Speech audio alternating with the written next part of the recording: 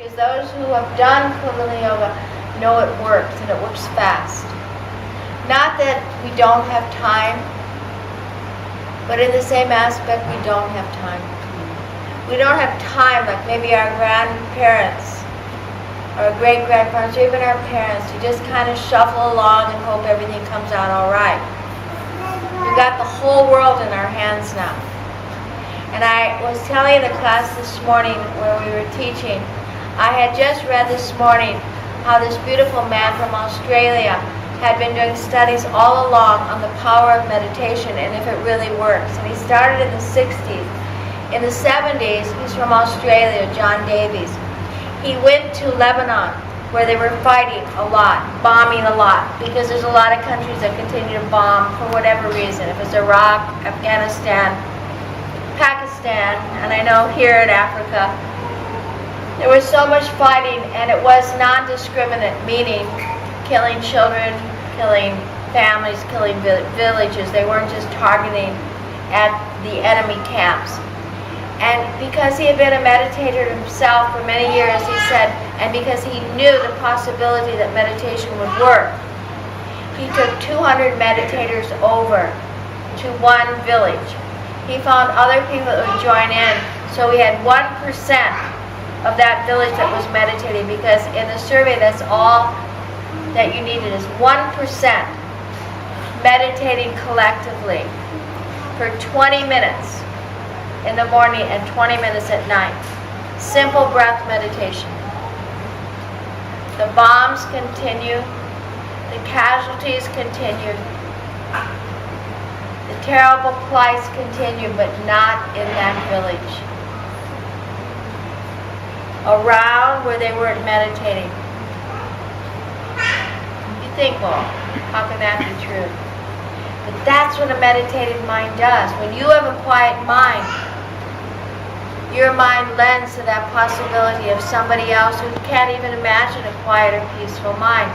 They did another test in Washington, D.C. because the crime rate was so high at one point that people were afraid to go out of their houses. It had gotten that bad.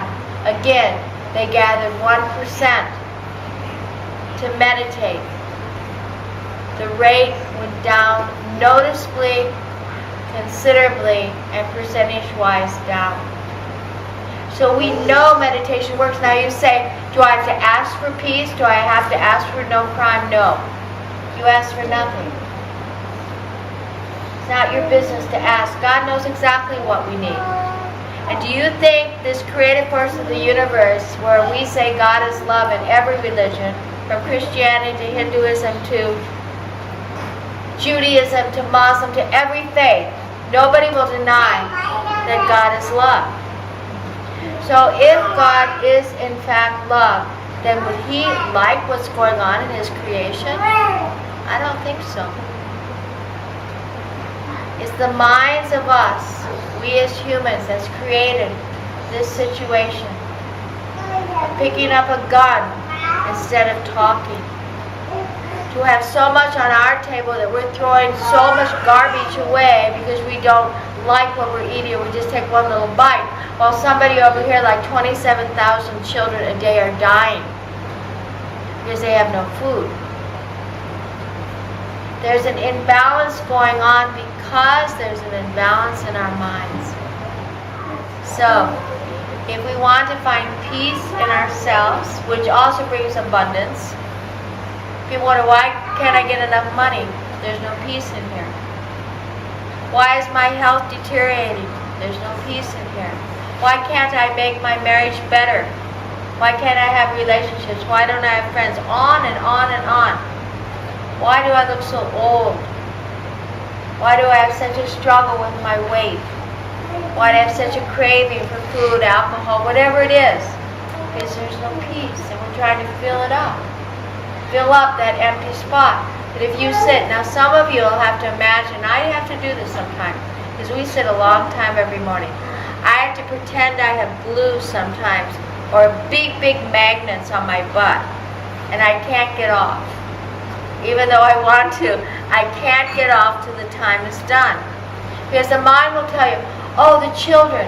Oh, I have to make the lunches. Oh my goodness, I forgot to do this. Oh, I forgot I have to call so-and-so. And you go on, and you give yourself such excuses to get up in those 20 minutes.